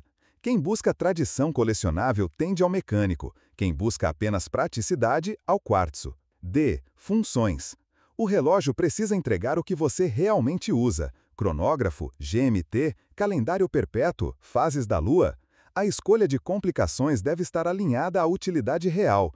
Comprar funções que nunca serão usadas pode ser desperdício. 2. Critérios subjetivos, a alma da escolha. A. Estilo de vida. Um mergulhador profissional não pode depender de um dress watch fino de ouro. Da mesma forma, um executivo que frequenta jantares formais pode não se sentir confortável usando um G-Shock de resina. O relógio precisa conversar com o ambiente em que você vive. Se o seu dia a dia envolve esporte, aventura, viagens, talvez um relógio esportivo, resistente à água, com GMT, seja o ideal. Se sua rotina é formal, com ternos e gravatas, talvez um relógio clássico, discreto, seja mais coerente. B. Identidade pessoal. Relógio é também comunicação não verbal. Um Submariner transmite robustez, confiabilidade e tradição. Um Royal Oak comunica ousadia, luxo contemporâneo. Um Seiko SXK comunica autenticidade acessível. Um Casio F91 comunica simplicidade e até certa ironia. Pergunte-se, o que quero que meu relógio diga sobre mim? Elegância, aventura, discrição, rebeldia? Essa resposta orienta a escolha tanto quanto o diâmetro da caixa. C. Legado. Alguns compram relógios pensando no futuro. Um Patek Philippe, um Rolex ou um Omega clássico são peças que atravessam gerações. A escolha aqui não é apenas estética, mas patrimonial. Comprar um relógio que possa ser herdado é comprar um símbolo de continuidade. D. Gosto versus status. Aqui chegamos ao ponto mais delicado, a diferença entre comprar por gosto e comprar por status. Comprar por gosto é olhar para um relógio e sentir que ele conversa com você. É experimentar no pulso e sentir que ele completa sua identidade. É escolher mesmo que ninguém repare, mesmo que a marca não impressiona. Comprar por status é escolher para ser visto. É buscar aprovação social, reconhecimento, aplauso. Não é errado, afinal todos gostamos de ser admirados, mas pode ser um caminho vazio. Um relógio comprado apenas por status tende a perder sentido quando o aplauso acaba. A maturidade na escolha de um relógio vem quando o gosto pessoal e o status se encontram. Quando você compra algo que ama de verdade e que ao mesmo tempo tem peso simbólico no mundo exterior. Aí, o relógio se torna pleno, parte de você e parte da sua história. O dilema do Omas. Em algum momento, quase todo apaixonado por relógios se depara com este dilema. Você admira o design de um ícone, o Submariner, o Royal Oak, o Nautilus, mas o preço está completamente fora da sua realidade. Ou você não quer mesmo direcionar recursos financeiros para uma peça de alto custo. Surge então a alternativa dos chamados Homage Watches, modelos que se inspiram de perto no desenho de peças consagradas, mas por valores muito mais acessíveis. A primeira reação costuma ser de entusiasmo, afinal parece a solução perfeita, ter no pulso a estética que tanto fascina sem precisar comprometer todo o orçamento. Para muitos, iniciantes ou veteranos, o Homage é caminho legítimo dentro da relojoaria. Ele permite experimentar proporções, viver no dia a dia o charme de um design clássico e até fazer um ensaio estético. Quem deseja colecionar pode, com um Homage, testar se determinado formato ou estilo realmente dialoga com sua personalidade. Existe, contudo, uma questão ética. Algumas marcas de Homage trabalham com respeito, reinterpretando elementos, ajustando proporções e assumindo claramente que pertencem a uma linhagem estética. Outras, porém, limitam-se a copiar quase tudo, detendo-se a um passo da falsificação. Neste ponto, a linha entre homenagem legítima e oportunismo torna-se tênue. A pergunta prática permanece: faz sentido investir em um Homage? A resposta depende da intenção. Se a escolha é consciente, para experimentar uma estética, ou mesmo porque você, ainda que tenha recursos, não considera prudente gastar dezenas de milhares em um relógio, trata-se de decisão válida e justa. O problema surge quando o impulso vem apenas do desejo de aparentar o que não se é. Neste caso, o relógio já nasce em descompasso com a vida real. Quando um Homage acompanha sua trajetória de modo honesto, sem disfarces, ele pode ter valor autêntico. Mas se a função dele é apenas simular uma conquista não alcançada, a chance é que traga mais frustração do que alegria. No fim, todo relógio deve ser ponteiro da sua história. 3. Caminhos práticos para a escolha. Conheça seu pulso, experimente diferentes tamanhos e veja o que harmoniza. Defina seu uso principal: escritório, eventos formais, viagens, esportes. Entenda seu orçamento, não gaste o que não pode pagar. Relógio é prazer, não prisão. Pesquise a marca, conheça a história. Uma peça de marca tradicional carrega valor intangível. Pergunte a si mesmo: você está comprando porque gosta ou porque quer provar algo? 4. Filosofia da escolha. No fim, escolher um relógio é um exercício de autoconhecimento. O relógio é metáfora do tempo e o tempo é metáfora da vida. Se você escolhe apenas pela estética, talvez esteja olhando para o espelho. Se escolhe apenas pela marca, talvez esteja olhando para os outros. Mas se escolhe com equilíbrio, está olhando para dentro. O relógio passa a ser reflexo da sua essência. A pergunta final não é qual relógio devo comprar, mas sim quem sou eu e como quero que o tempo me acompanhe. Perfis e relógios ideais. O viajante precisa de praticidade para lidar com fusos horários, legibilidade em aeroportos e robustez para uso constante. Exemplos: Rolex GMT Master 2, Omega Seamaster GMT, Grand Seiko Spring Drive GMT. Alternativas de menor custo: Timex Q GMT, Seiko 5 Sports GMT. Características-chave: função GMT, resistência à água, pulseira confortável em aço ou titânio. O executivo valoriza a elegância discreta e a presença em ambientes formais. O relógio precisa dialogar com o traje social sem chamar atenção excessiva. Exemplos: Patek Philippe Calatrava, Jaeger LeCoultre Master Ultra Thin, Rolex Day Date. Alternativas de menor custo, Seiko Presage Cocktail. Características-chave, mostrador limpo, caixa fina, metais preciosos ou aço polido, pulseira de couro. Presidente, o minimalista. Prefere o menos é mais, design puro, mostrador limpo, ausência de complicações desnecessárias. Um relógio que passa quase despercebido, mas comunica refinamento. Exemplos, Nomos Tangente, Piegelt Plano, Longines Cosic. Alternativas de menor custo, Seiko Presage Cocktail Time. Características-chave, simplicidade estética, linhas retas, pulseira de couro, espessura reduzida. O esportista. Busca robustez, funcionalidade e estilo dinâmico. O relógio deve aguentar impactos, água e uso intenso, acompanhando atividades ao ar livre. Exemplos, Rolex Submariner, Omega Speedmaster, Casio G-Shock. Alternativas de menor custo, Orient ou Tecnos robustos. Características-chave, resistência a choques e pressão, ponteiros luminosos, bezéis funcionais, pulseiras de aço ou borracha. O colecionador. Não escolhe pelo uso prático, mas pela história, raridade. Capítulo 11. Filosofia do tempo e do relógio.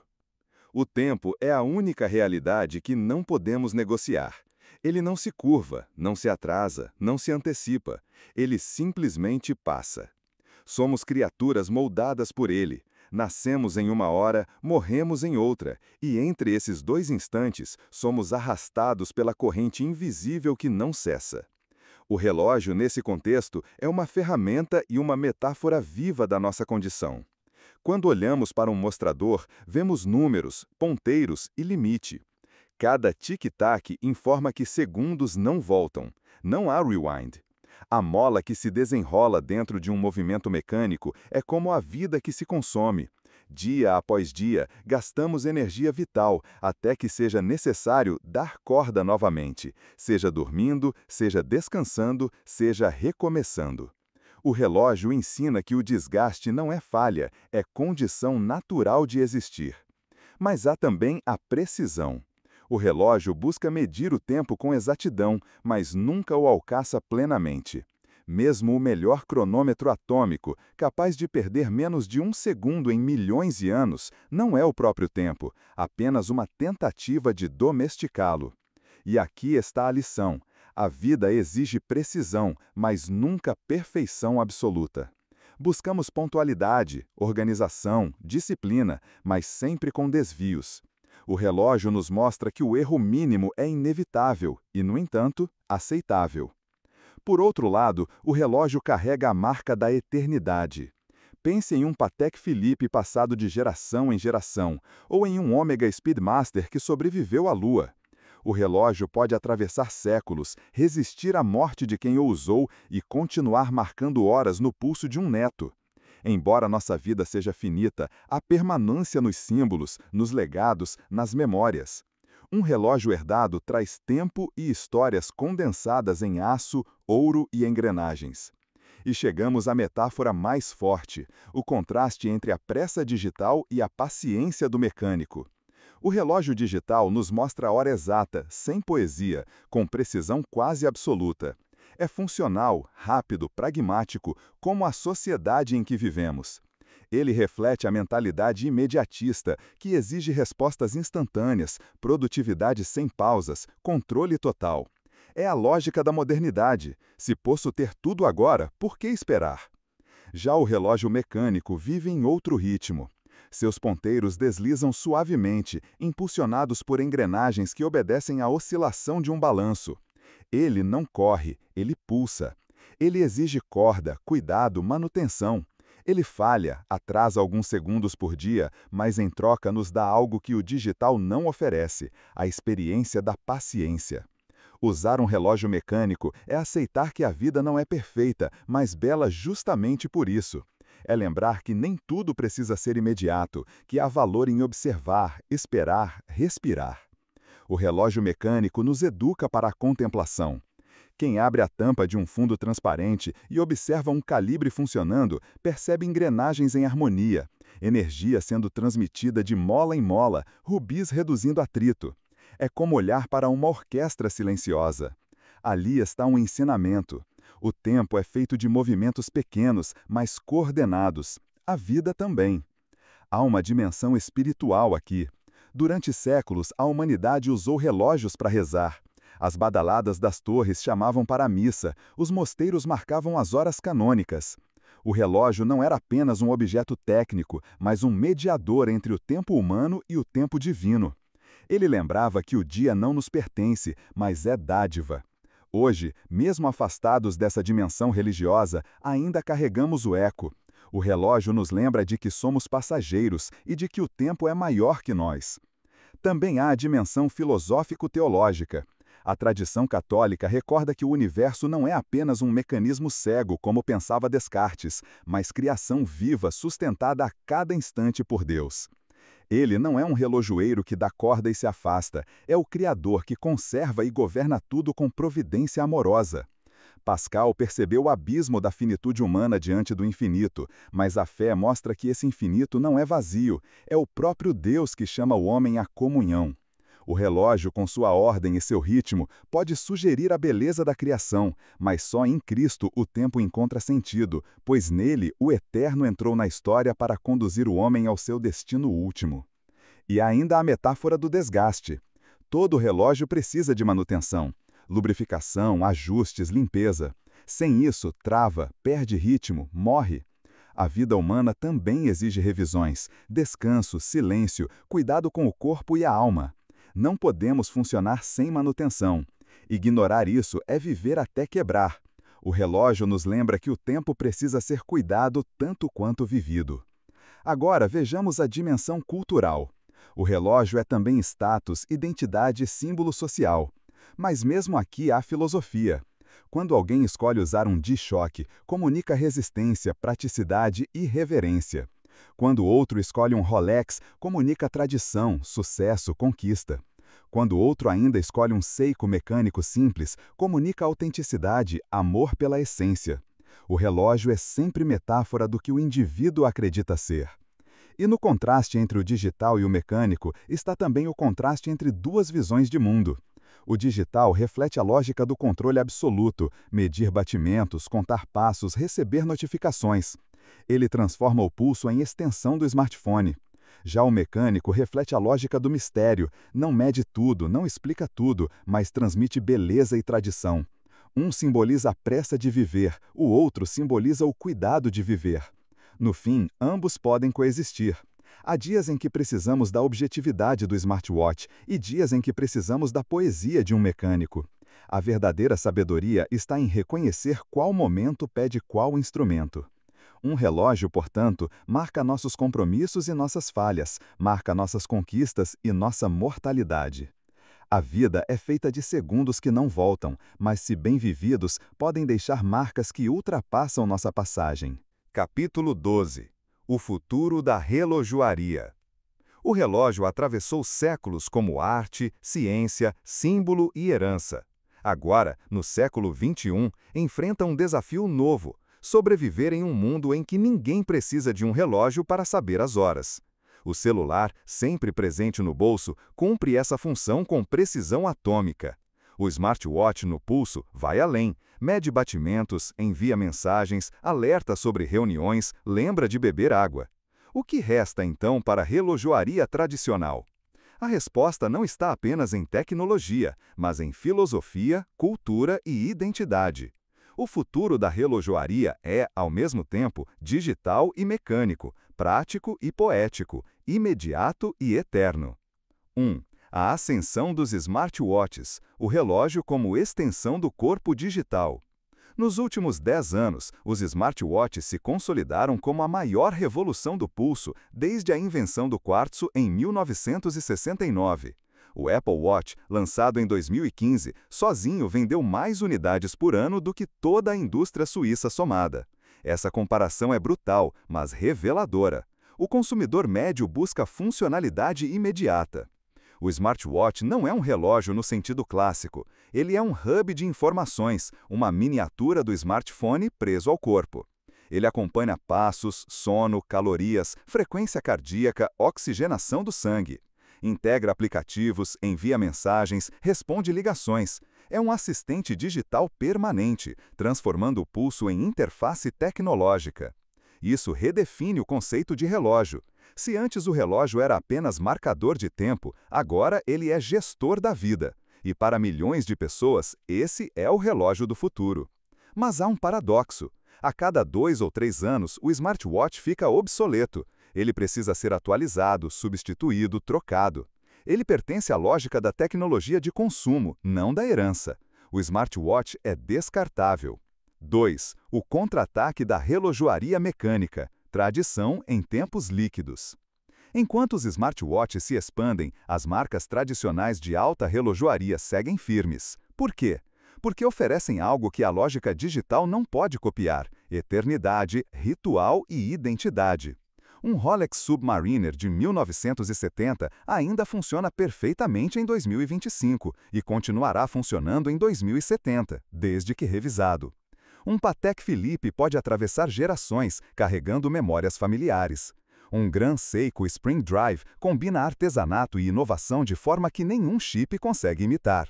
O relógio mecânico não disputa com o digital em funcionalidade, ele disputa em significado. Quando alguém escolhe um relógio mecânico, não busca apenas saber as horas, busca sentir no pulso um mecanismo vivo, feito de engrenagens e molas, que pulsa como um coração. Busca uma história que começa no século XVIII e continua hoje. Esse é o contra-ataque. No mundo do efêmero, o relógio mecânico oferece permanência. 3. A coexistência. 2 mundos, 2 ritmos. Não é necessário escolher um lado. O futuro não será apenas digital ou apenas mecânico, será de coexistência. O smartwatch ocupará o espaço da função prática, saúde, produtividade, conectividade. O relógio mecânico ocupará o espaço da função simbólica, identidade, status, memória. Um mesmo indivíduo pode usar smartwatch durante a semana para o trabalho e o treino e usar um relógio mecânico no jantar, no encontro, no casamento, na herança. Essa convivência é saudável, mostra que o relógio não é apenas uma tecnologia, mas um objeto cultural polissêmico. Pode ser ferramenta, pode ser arte, pode ser herança. 5. Sustentabilidade, o novo eixo da relojoaria. Um dos grandes temas do século XXI é a sustentabilidade. O consumidor jovem exige responsabilidade ambiental das marcas. E isso afeta a relojoaria de várias formas. Materiais reciclados, caixas feitas de aço reaproveitado, pulseiras de plástico retirado do oceano, tecidos reciclados. Marcas como Panerai e Oris já se destacam nesse campo. Energia limpa. Movimentos solares como os EcoDrive da Citizen oferecem uma solução duradoura e sustentável. Durabilidade contra descarte. Aqui, a relojoaria mecânica tem vantagem. Um relógio mecânico pode durar séculos, um smartwatch dura poucos anos. O consumidor atento à sustentabilidade percebe que comprar uma peça durável é também um ato ecológico. Sustentabilidade será não apenas tendência, mas critério de sobrevivência. As marcas que não se adaptarem podem perder relevância em um mundo que rejeita desperdício. 6. As novas narrativas da tradição. A alta relojoaria entendeu que não pode competir em números com Apple e Samsung, então redefiniu sua proposta. Exclusividade, produção limitada, listas de espera, marketing aspiracional. Narrativa histórica. Cada modelo conta uma história. O Speedmaster é o relógio da lua, o Submariner, o relógio do mar, o Royal Oak, o ícone da rebeldia. Artesanato visível, fundos transparentes, turbiões expostos, acabamentos manuais. Mostrar que cada peça é feita por mãos humanas, não apenas por máquinas. Essas narrativas são cada vez mais importantes, porque o consumidor contemporâneo não compra apenas objetos, compra histórias. 7. A integração digital na relojoaria tradicional. Algumas marcas tentaram criar seus próprios smartwatches de luxo. A Tag Heuer, por exemplo, lançou o Connected, que mistura estética suíça com tecnologia digital. O Hublot e Montblanc também experimentaram. Mas o desafio é evidente. A tecnologia envelhece rápido e um smartwatch de luxo perde valor em meses, enquanto um relógio mecânico pode durar séculos. O futuro da integração talvez não esteja em substituir, mas em hibridizar. A Seiko, com o Spring Drive, já fez isso de outro modo, um movimento mecânico controlado por quartzo, unindo tradição e precisão. Podemos imaginar no futuro relógios mecânicos com sensores discretos, capazes de integrar dados digitais sem perder a alma mecânica. A convivência entre tradição e inovação exigirá equilíbrio. O risco é o excesso. Se a relojoaria tradicional se digitalizar demais, perde sua essência. Se ignorar a tecnologia completamente, corre o risco de se isolar. 8. O futuro do colecionalismo. O colecionalismo de relógios também passará por mudanças. A geração que cresceu com smartphones talvez veja menos sentido em complicações, como calendário perpétuo ou cronógrafo mecânico, mas verá enorme valor em autenticidade, legado e sustentabilidade. O mercado secundário continuará forte, especialmente em Rolex, Patek Philippe e Audemars Piguet. Vintage continuará sendo um refúgio para quem busca autenticidade. As microbrands ganharão força como alternativa criativa. E talvez vejamos algo novo, o surgimento de colecionadores híbridos que possuem tanto smartwatches de primeira geração, guardados como relíquias digitais, quanto relógios mecânicos clássicos. 9. A filosofia do futuro. No fundo, a questão não é tecnológica, mas filosófica. O relógio desafia a relação humana com o tempo. No passado, precisávamos medir o tempo para sobreviver. Na modernidade, precisávamos organizar o tempo para produzir. Hoje, precisamos encontrar sentido no tempo para viver bem. O smartwatch responde à ansiedade do presente, medir tudo, monitorar tudo, controlar tudo. O relógio mecânico responde à necessidade eterna, lembrar que o tempo é finito, que precisa ser vivido com atenção, que o belo e o durável têm valor. O futuro da relojoaria está nesse diálogo, entre o efêmero digital e o eterno mecânico.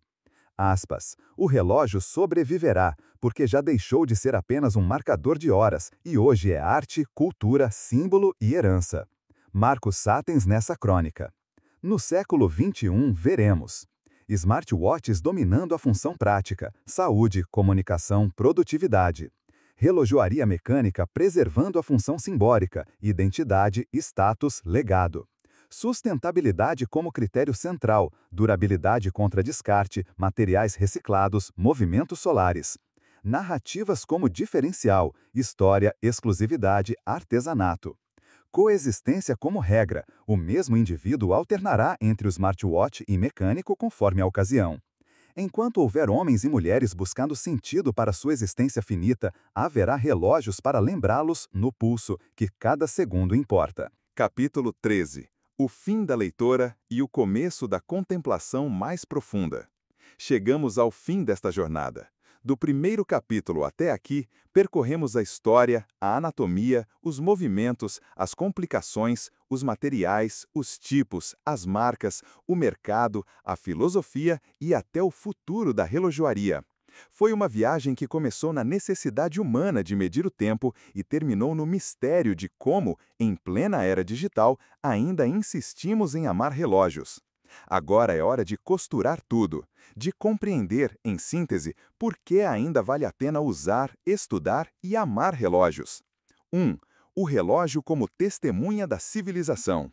Vimos que, desde os primeiros relógios de sol até os movimentos atômicos, cada relógio foi mais do que um objeto, foi uma expressão da civilização. As clepsidras gregas controlavam discursos nos tribunais. Os relógios de torre medievais marcavam a disciplina das cidades. O cronômetro marítimo de John Harrison abriu as rotas dos oceanos e mudou o comércio mundial. O quartzo japonês sacudiu a indústria suíça. O smartwatch transformou o pulso em extensão do smartphone. Em cada etapa, o relógio refletiu a técnica e também os valores da época. O relógio é, portanto, um documento vivo da história da humanidade. Estudar relojoaria é estudar a própria aventura humana diante do tempo. 2. O relógio como objeto cultural. Um relógio é uma peça de identidade. Ele não se limita a dizer que horas são, ele diz quem você é. Um Submariner conta uma história de mar, de aventura, de robustez. Um tanque da Cartier conta uma história de elegância, de linhas artísticas, de Paris nos anos 1920.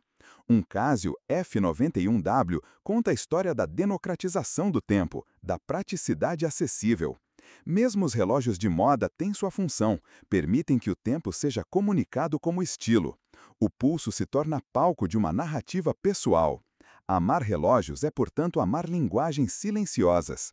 Cada modelo é uma frase não dita sobre a identidade de quem o usa. 3. O relógio como metáfora da vida. Falamos da filosofia, do limite, da precisão, do desgaste, da eternidade. O relógio é a metáfora perfeita da nossa condição. A mola que se desenrola é a vida que passa. O balanço que oscila é o coração que bate. O ponteiro que não para é a morte que se aproxima. Mas o relógio também é esperança. Ele pode ser revisado, reparado, recomeçado. Ele pode sobreviver ao dono e ser transmitido. Ele mostra que, embora sejamos passageiros, há permanência no legado. Por isso, carregar um relógio é carregar um lembrete existencial. O tempo é curto, mas cheio de sentido se vivido com atenção. 4. O relógio como arte. Quem observa um turbilhão girando entende que não se trata apenas de engrenagens, é poesia mecânica. Quem vê o acabamento de um Gran Seiko percebe que ali não há apenas aço e vidro, mas mãos humanas, paciência e orgulho. A relojoaria é arte aplicada, une função e beleza, técnica e estética. Estudar relógios é estudar a capacidade humana de transformar utilidade em arte. 5. O relógio como herança. Mais do que status, o relógio é memória. O relógio do pai, do avô, da mãe, do irmão. O relógio presenteado em formatura, casamento, conquista. Esses objetos atravessam o tempo com quem os usou. Cada arranhão é uma história, cada desgaste é um capítulo. Amar relógios é amar a memória materializada do tempo vivido. É perceber que quando damos um relógio a alguém, não damos apenas um objeto, mas uma promessa de lembrança. 6. O relógio no século XXI. E o futuro? Os smartwatches crescerão, é verdade, mas a relojoaria mecânica continuará, porque o ser humano não vive só de utilidade, vive de sentido. O smartwatch será a ferramenta da pressa. O mecânico será o companheiro da paciência. Um mostrará notificações, o outro mostrará quem você é. Ambos terão lugar, mas será sempre o mecânico que lembrará ao homem moderno que o tempo não é apenas informação, é experiência. 7. A mensagem final. Por tudo isso, usar um relógio hoje é um ato cultural, quase filosófico. É declarar: eu sei que posso ver as horas no celular, mas escolho carregar no pulso algo maior. É aceitar que o tempo não é só o que corre, mas também o que permanece. Estudar relojoaria é estudar humanidade. Amar relógios é amar memória, identidade e arte. Então, que cada um que termina esta jornada olhe para o próprio pulso com novos olhos. Que veja não apenas ponteiros, mas histórias. Não apenas mostradores, mas metáforas. Não apenas aço e vidro, mas a própria vida condensada em um círculo que gira sem parar. Capítulo 14. O tempo não deve custar sua paz, finanças e autenticidade na relojoaria. O relógio no pulso também pode ser uma armadilha. Muitos já ouviram a frase: "Mostre-me o seu relógio e direi quem você é". O problema é quando, para parecer alguém, a pessoa entrega mais do que pode, endividando-se ou assumindo uma persona que não corresponde à sua realidade. Nesse ponto, o relógio deixa de ser aliado da vida para se tornar-se peso. O marketing das grandes casas insiste em associar determinadas marcas ao sucesso profissional, ao prestígio social, até à virilidade ou à feminilidade. Um Patek Philippe não é vendido apenas como máquina precisa, é narrado como herança para gerações futuras. Um Rolex Daytona aparece em anúncios ligados a pilotos, atores ou ícones da cultura. Até modelos mais acessíveis, como certos Casio ou Seiko, são apresentados como expressão de estilo. Nada disso é falso em si mesmo, mas quando o desejo de pertencimento se mistura à insegurança pessoal, o risco é comprometer a liberdade financeira em troca de um pedaço de status. Esse movimento é perigoso. A virtude da temperança governa os desejos, evitando que o coração humano se perca em busca desordenada de bens. O relógio, assim como qualquer bem material, deve estar a serviço da vida e não acima dela. Se para colocar um objeto no pulso é preciso contrair dívidas que escravizam, o gesto já perdeu seu sentido cultural e espiritual. O perigo da dívida por status. Comprar um relógio a crédito, em parcelas que pesam o orçamento, pode ser racionalizado como investimento em si mesmo, mas raramente é isso. O que acontece na prática é uma troca de liberdade por aparência. É assumir uma dívida para exibir algo que não corresponde ao momento de vida. É querer acelerar símbolos de conquistas que ainda não amadureceram. Esse erro é antigo. Já no século IV, São João Crisóstomo alertava que a vaidade de parecer rico arrasta o coração à escravidão. Quando alguém gasta além das próprias posses para sustentar uma imagem, deixa de ser senhor dos seus bens e passa a ser escravo deles. A dívida, nesse contexto, é mais do que financeira, é espiritual. Autenticidade x ostentação. O relógio deve refletir quem você é, não quem você gostaria de parecer. Isso não significa que um jovem médico, por exemplo, não possa sonhar em ter um ômega ou um Gran Seiko. Significa apenas que não faz sentido buscar isso a qualquer custo, como se a peça fosse atalho para respeito ou credibilidade. O verdadeiro prestígio vem da vida coerente, do trabalho bem feito, da virtude cultivada. O relógio pode acompanhar esse caminho como símbolo, mas não substituí-lo. Existe um risco sutil aqui, o de transformar o pulso em vitrine de vaidade. O que deveria ser testemunha de memórias e conquistas torna-se máscara de inseguranças. E nesse ponto, em vez de comunicar autenticidade, comunica a falta dela. Critério objetivo, proporção com o patrimônio. Uma forma concreta de lidar com esse dilema é estabelecer critérios financeiros claros. O relógio é objeto emocional, mas a decisão de compra deve passar por racionalidade. Uma boa régua é relacionar o preço do relógio ao patrimônio líquido, todos os bens menos as dívidas. Assim, para um relógio de uso cotidiano, funcional e durável, o limite pode ser de 0,5% do patrimônio líquido. Para um relógio especial, de celebração de conquistas, o limite poderia chegar a 2% do patrimônio líquido. Esses números são apenas referência, mas ajudam a manter o desejo dentro de fronteiras saudáveis. Quem tem patrimônio de R$200 mil, por exemplo, gastar 50 mil seria desproporcional, quase irracional. Esse critério ainda tem outra vantagem: ensina a ter paciência. Se o modelo desejado custa acima do que hoje é prudente, o comprador pode estabelecer metas de crescimento patrimonial até que ele se torne proporcional. O relógio, nesse caso, deixa de ser dívida e vira consequência de prosperidade legítima. A virtude da prudência. A tradição católica sempre insistiu que os bens materiais são meios, não fins. A prudência é a virtude que governa a razão prática, ajudando a discernir o que é adequado em cada circunstância. Aplicada à compra de um relógio, a prudência pede 3 perguntas. Tenho condições de comprar sem comprometer minha liberdade financeira? Esse objeto corresponde ao meu momento de vida ou é apenas desejo de parecer alguém que não sou? O relógio será instrumento de memória, gratidão e estilo ou apenas de vaidade? Responder honestamente já coloca ordem no desejo. O exemplo da herança. É curioso notar que muitas histórias de colecionadores começam não com uma compra, mas com uma herança. O relógio do avô, simples e muitas vezes sem grande valor de mercado, torna-se objeto carregado de significado. Ele não comunica luxo, mas continuidade. Nesse sentido, o relógio não precisa ser caro para ser valioso. A memória e o afeto superam o preço. Isso contrasta com a lógica do consumo apressado, que mede valor apenas em cifras e em marcas. O afeto não tem etiqueta, e é essa dimensão afetiva que faz mais sentido preservar. O perigo da comparação. Outro ponto delicado é a comparação. Nas redes sociais, colecionadores exibem seus Royal Oak, seus Nautilus, suas edições limitadas. Para o jovem que está começando, isso pode gerar frustração, como se possuir um relógio simples fosse sinal de fracasso. Aqui, a virtude da humildade se torna necessária. Não há problema em admirar belas peças, mas há perigo em transformar a admiração em inveja. O desejo que nasce daí é corrosivo, não busca beleza, busca nivelar-se ao outro por aparências. Relógio como testemunha, não como juiz. Vale recordar o sentido mais nobre do relógio. Ele é testemunha da vida, não juiz da sua dignidade. O tempo que ele marca é o mesmo para quem usa um Casio de R$200 e para quem usa um Patek Philippe de 200 mil. O ponteiro não distingue pobres de ricos, a diferença está no significado que damos. O risco é inverter a ordem e achar que o valor da vida depende do valor do objeto. Uma espiritualidade do tempo. Para o olhar cristão, todo o tempo é dom de Deus.